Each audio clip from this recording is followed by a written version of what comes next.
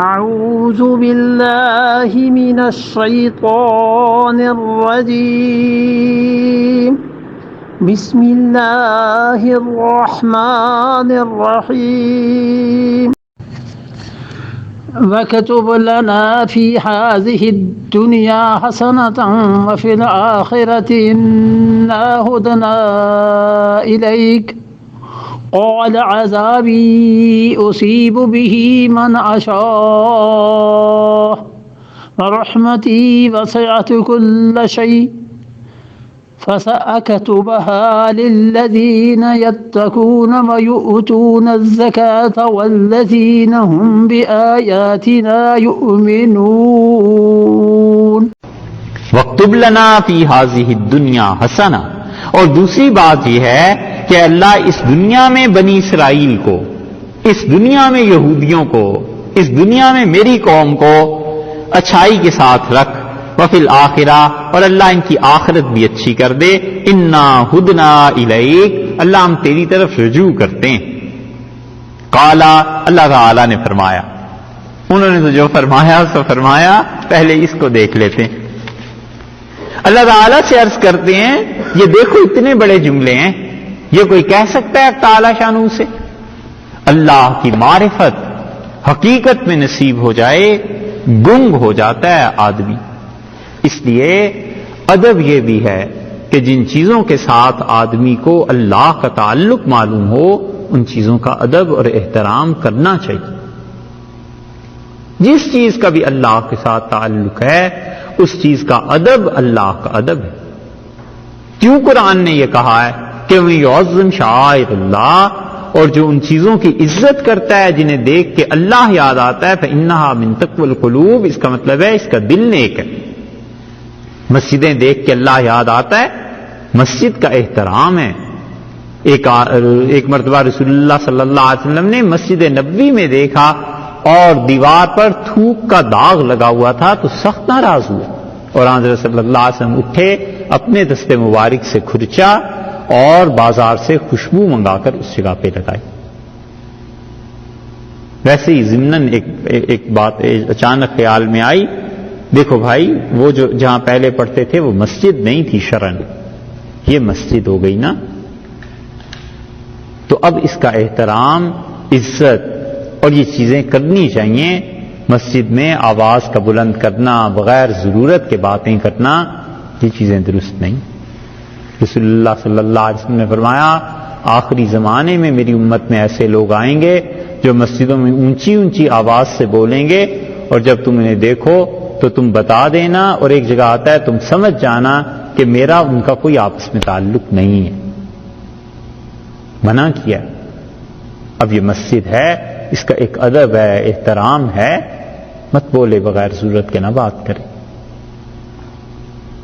ایک جگہ آیا ہے رسول اللہ صلی اللہ علیہ وسلم نے فرمایا، مسجد میں بغیر ضرورت کے باتیں کرنا آدمی کی نیکیوں کو ایسے کھا جاتا ہے جیسے آگ ایندھن کو کھا جاتی ہے۔ ایسے ہی وقی رحمت اللہ علیہ، یہ تابعی تھے، وہ کہتے تھے حضرت علی رضی اللہ عنہ کے متعلق کہ ان کے چہرے کو دیکھنا عبادت ہے۔ کسی نے ان سے پوچھا کہ کیوں؟ کہنے لگے امیر المومنین کو دیکھ کے اللہ یاد آتے ہیں۔ حضرت عائشہ رضی اللہ عنہ فرماتی تھیں کہ حضرت عمر رضی اللہ عنہ کا ذکر جب تم لوگ بیٹھو تو کیا کرو۔ کسی نے پوچھا ام المومنین سے کہ اس کی وجہ کیا ہے؟ انہوں نے کہا تمہیں پتہ نہیں ہے، اللہ کے صالح اور نیک بندوں کا جب ذکر کیا جاتا ہے تو اللہ کی رحمت نازل ہوتی ہے، اور عمر ہم میں سب سے صالح آدمی ہے، سب سے زیادہ نیک آدمی۔ وَاكْتُبْ لَنَا فِي هَذِهِ الدُّنْيَا حَسَنَةً، اور اے اللہ ہمارے لیے، یہ بنی اسرائیل کے لیے مانگ رہے ہیں موسیٰ علیہ السلام، ان کے لیے دعا مانگی جا رہی ہے جنہوں نے یہودیت کا مذہب اختیار کیا۔ کہتے ہیں اللہ ان یہودیوں کو، ان بنی اسرائیل والوں کو تو اصل میں مراد ہے، مذہب پھر انہوں نے اختیار کر دیا۔ فی هذه الدنیا حسنۃ وفی الآخرہ، اللہ دنیا میں بھی اچھائی دے اور آخرت میں بھی اچھائی دے۔ یہاں تک دعا پوری ہوئی، اور پھر عرض کیا کہ انا ہدنا الیک، اے اللہ ہم نے تیری طرف رجوع کیا۔ یہ جو یہودی کا لفظ ہے نا، وہ اسی ہدنا سے بنا ہے۔ ہدنا کا مطلب رجوع کرنا. یہودی وہ جو اللہ کی طرف رجوع کرتا ہے، توبہ کرتا ہے، لوٹتا ہے، پلٹتا ہے، معافی مانگتا ہے، اس معنی میں. جیسے مسلمان کہ مسلم فرما بردار، تسلیم کرنے والا، ماننے والا، سرنڈر کر جانے والا، اپنے آپ کو اللہ کے لیے مٹا دینے والا. مسلم کے یہ سارے معنی ایسے ہی آتے ہیں نا. یہودی کا مطلب یہ یہیں سے بنا ہے، انا ہدنا الیک، اور ہم نے اللہ آپ کی طرف رجوع کیا. یہودی قرآن پاک کی جن چیزوں پر اعتراض کرتے ہیں وہ اس پہ بھی اعتراض کرتے ہیں. وہ کہتے ہیں ہم یہاں سے نہیں بنے.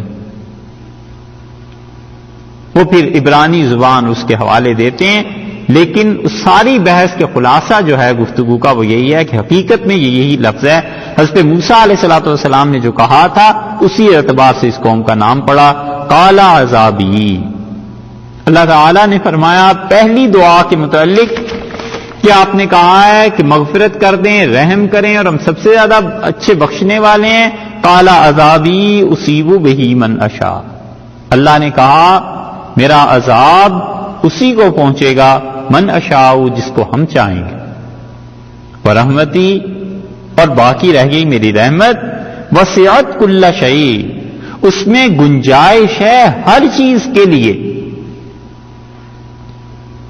یہ تو تمہاری پہلی دعا کا جواب ہے کہ آپ نے رجوع کیا. آپ کہتے ہیں خیر چاہیے، تو دیکھو بنیادی طور پر ہم مہربانی کرنے والے ہیں، ہم رحمت ہی کرنے والے ہیں. اس کا مطلب ہے دعا قبول ہو گئی. قرآن پاک نے حضرت موسیٰ علیہ الصلوۃ والسلام کی دعاؤں پہ سارے انبیاء علیہ الصلوۃ والسلام کے علاوہ ایک نیا رنگ بتایا. حضرت موسیٰ علیہ السلام کی جہاں دعائیں آئی ہیں نا، قال قد اجیبت دعوتکما، اللہ نے کہا میں نے تم دونوں کی دعا قبول کر لی.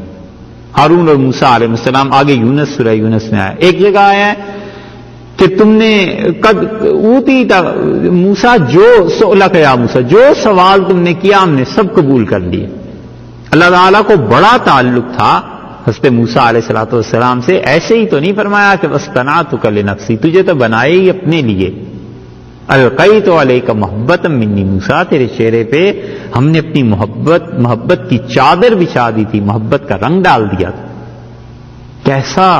کیسا پرکشش چہرہ ہوگا، کون ہوگا جو اس کی طرف مائل نہ ہوتا ہو جس پہ اللہ نے اپنی محبت کی چادر بچھا دی.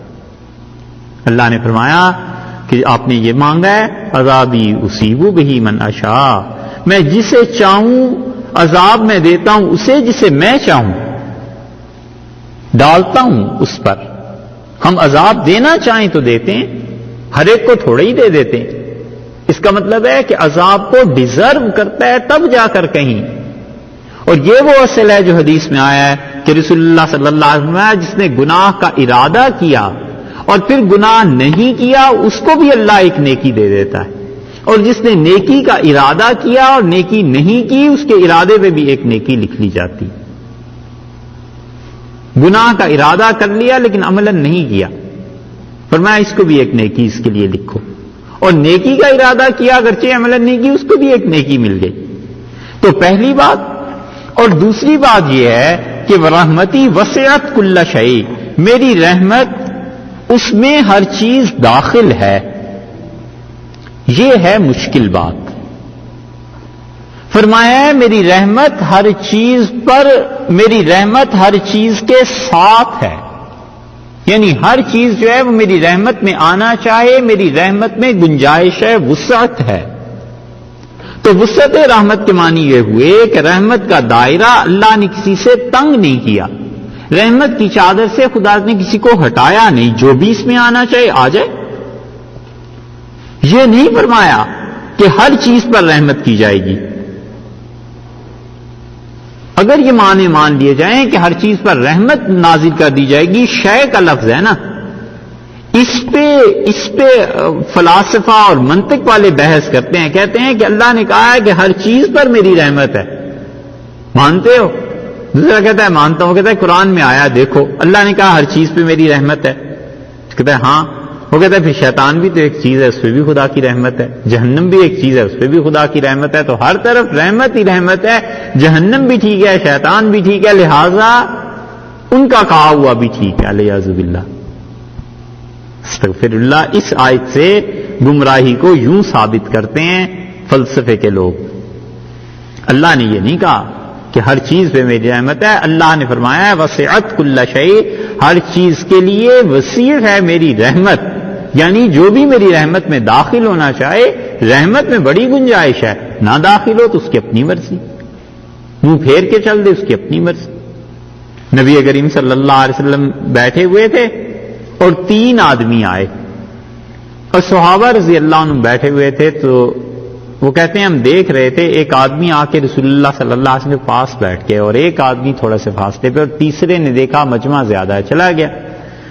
تو رسول اللہ صلی اللہ علیہ وسلم فرمایا ان تینوں کے ساتھ اللہ نے وہی کیا جو کچھ ان تینوں نے کیا، جو میرے زیادہ قریب آ کے بیٹھ گیا اس پہ خدا نے زیادہ مہربانی کر دی، جو تھوڑا سا فاصلے سے بیٹھا اس پہ کم مہربانی، اور جو چلا گیا اللہ بھی اس سے چلا گیا۔ تو رحمت میں تو گنجائش ہے، نہ آنا چاہے تو تعالی شانہ کوئی کھینچ کے تو نہیں لائیں گے، اسے جبر تھوڑا ہی کرنا ہے، آزادی ہے، بس اس آزادی کا ناجائز فائدہ لوگ اٹھاتے ہیں۔ اسی لیے دوسری جگہ یہ بھی ہے کہ خدا کی رحمت ہر چیز پر حاوی، غالب، وسیع، اور اگر کوئی آدمی اس رحمت سے اعراض برتتا ہے تو وہ معنی بنتے ہیں جو حدیث میں آیا ہے، رسول اللہ صلی اللہ علیہ وسلم فرمایا دنیا تم میں سے ہر ایک کو دی جاتی ہے جو آدمی اللہ کی فرما برداری کرے اور جو اللہ کی نافرمانی کرے، اور آپ نے فرمایا سوائے دین کے کہ تم میں سے دین اسے ہی دیا جاتا ہے جس انسان کے ساتھ خدا نے خیر کا ارادہ کر لیا۔ اسی لیے امام محمد رحمۃ اللہ علیہ کو وفات کے بعد کسی نے خواب میں دیکھا تو اس سے پوچھا کیا ہوا؟ امام محمد رحمۃ اللہ علیہ نے فرمایا کہ معافی ہو گئی، جنت ملی، ایسے ایسے مقامات۔ تو اس نے پوچھا حضرت کیسے؟ کہنے لگے میں جب سامنے گیا اللہ تعالیٰ کے تو بڑا ڈرا ہوا تھا، زندگی یاد آئی کہ کیا کیا کیا ہے، تو مجھ سے فرمایا کہ محمد ڈرتے کیوں؟ میں نے کہا اللہ تیرے عذاب سے اور تیرے قہر سے۔ تو فرمایا اگر تمہیں جہنم میں بھیجنا ہوتا تو اتنا علم تمہیں دے دیتے۔ تو وہ زندگی جو بتاتی تھی کہ اس آدمی کا انجام کیا ہوگا۔ یہی چیزیں جب خدا دین کی سمجھ کسی آدمی کو دینے لگے تو شکر کرنا چاہیے، اس کا مطلب ہے کہ اللہ نے میرے لیے خیر کا ارادہ فرما لیا، اب نبھا لے، وہ نبھ جائے بات۔ اور کب تک؟ بس موت تک، اور کیا، موت آئی پھر جان چھٹی، پھر آسانی ہی آسانی انشاءاللہ۔ فرمایا انا ہدنا الیک، ہاں آگے پڑھ رہے تھے، قالا عذابی و رحمتی وسعت کل شیء، فرمایا میری رحمت اس میں گنجائش ہے ہر چیز کی کہ اس میں شامل ہو سکتی۔ یہ ہمارے اساتذہ کہتے تھے کہ یہ بات سید انور شاہ صاحب رحمۃ اللہ علیہ نے بیان کی۔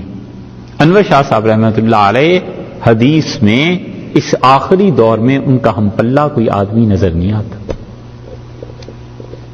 آخری دور میں علامہ اقبال تو کہتے تھے کہ پچھلے 500 برس کی تاریخ میں علامہ اقبال کہتے تھے 2 آدمیوں جیسا آدمی نظر نہیں آتا، ایک انور شاہ صاحب رحمۃ اللہ علیہ حدیث میں، اور ایک کہتے تھے سید سلیمان ندوی کے متعلق، وہ کہتے تھے کہ ان جیسا آدمی نہیں۔ بھوپال والوں نے سید سلیمان ندوی رحمۃ اللہ علیہ کو بلا کے اپنے ہاں قاضی مقرر کیا، اور بھوپال کے جو نواب صاحب وغیرہ تھے وہ سب کہتے تھے، اقبال کا چونکہ تعلق بھوپال سے بھی علامہ مرحوم کا رہا، تو وہ سب کہتے تھے کہ اس جیسا آدمی پچھلے 500 سال میں عالم اسلام میں پیدا نہیں ہوا۔ اور کیا فائدہ اٹھایا قوم نے اور کیا چیزیں ہوئیں۔ یہ سب دوست گئے تھے پاکستان کہ اسلام آئے گا، دین کی خدمت کریں گے، یہ وہ۔ اور ڈاکٹر حمید اللہ کا نام سنا ہوگا، یہ حیدرآباد کے تھے نا، تو ڈاکٹر حمید اللہ رہے، لیکن رنگ ڈنگ دیکھ کے انہوں نے سید صاحب سے کہا کہ حضرت چلے جائیے واپس لکھنؤ، جا کے ندوہ دین کی خدمت کریں، اس ملک میں کوئی کام نہیں۔ ان کا میں تو جا رہا ہوں، اور وہ چلے گئے، جا کے پیرس میں رہے، دین کا کام کیا جو بھی بہرحال ان سے ہو سکتا تھا، اللہ ان کی لغزشوں سے درگزر فرمائے، مگر کام انہوں نے کیا اپنے طور پہ۔ یہی ہوتا ہے۔ دوسری جو دعا تھی اب اس کا جواب آیا اور فرمایا فَسَأَكْتُبُهَا، آپ کی دوسری درخواست کہ بنی اسرائیل کو اس دنیا میں بھی ہم مقام دیں اور آخرت میں بھی؟ کیسے زبردست جواب ہے. یہ نہیں کہا کہ ہم انہیں دیں گے اور یہ بھی نہیں کہا کہ نہیں دیں گے. فرمایا فَسَأَكْتُبُهَا، یہ جو رحمت، یہ حسنہ جو آپ نے اوپر مانگی ہے، ہم اسے ضرور لکھیں گے، ضرور دے دیں گے. کتبہ کا مطلب لکھنا ہے نا، لیکن محاورے میں یعنی ضرور دے دیں گے. للذین، ان لوگوں کو، یتقون، جو متقی ہوں گے، ویؤتون الزکات، اور جو زکات دیتے ہوں گے، والذین، اور وہ لوگ خاص طور سے، ہم وہ لوگ، بآیاتنا، میری آیتوں پر، یؤمنون، ایمان رکھتے ہوں گے.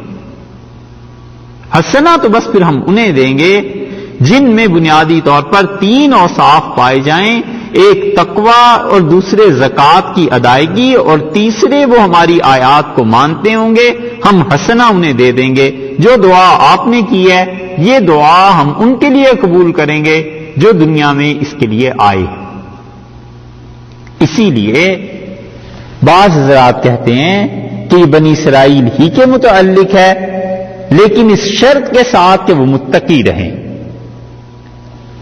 3 لفظ جو فرمائے ہیں پہلے تو انہیں دیکھ لیجئے. تقوی سے مراد تو یہ ہوئی کہ اس کا باطن صاف ہو، اندر اس کے نیکی ہو، تقوی ہو، خدا کا خوف ہو. اور دوسری یہ فرمایا کہ ویؤتون الزکات، اور وہ زکات دیتے ہوں، یعنی اس کے ساتھ ساتھ وہ پاک بھی ہوں. اپنے مال میں اللہ کے لیے خرچ کرنا یا جن مواقع کے لیے بھی خرچ کرنا ہے وہ اپنا مال اللہ کی راہ میں خرچ کریں. اور تیسرے یہ کہ خدا کی آیتوں کو مانتے ہوں. تو بنی اسرائیل میں جو بھی اس تورات کو مانے گا، زکات دے گا، خدا کے ساتھ تقوی رکھے گا، ہم اسے دیں گے. لیکن اگرچہ کم مفسرین اس طرف گئے ہیں، لیکن یہ دعا ان کی اصل میں اس امت کے بارے میں پوری ہوتی، کیونکہ اللہ تعالیٰ نے فرمایا ہے نا کہ یہ جب ہمارے پاس آتے ہیں حج میں تو کہتے ہیں ربنا آتنا فی الدنیا حسنہ وفی الآخرۃ حسنہ وقنا عذاب النار. اللہ اس دنیا میں بھی حسنہ دے اور آخرت میں بھی حسنہ، نیکی، اچھائی. یہاں بھی وہی انہوں نے مانگی ہے کہ فی ہذہ الدنیا حسنۃ وفی الآخرہ، اللہ اس دنیا میں بھی اور آخرت میں بھی حسنہ دے. اللہ نے کہا ہم ان کو دیں گے جو متقی ہیں، جو زکات دیتے ہیں اور جو ہماری آیات پر ایمان لاتے ہیں. یہ جو آیات پر ایمان لانا ہے یہ اس امت کا خاصہ ہے، یہ اس امت کے ساتھ اللہ کی آیات یہ جو قرآن کی نازل ہوئی ہیں ان پہ ایمان یہ اسی امت کے ساتھ ہے. اس لیے مفسرین کا ایک گروہ اس طرف گیا ہے کہ وہ کہتے ہیں یہ آیت، یہ دعا ان کی اس امت کو لگی ہے، اس امت کو پوری ہوئی ہے، اس لیے اللہ نے حسنہ اس امت کے ساتھ کی ہے. اللہ نے انہیں نیکی کی توفیق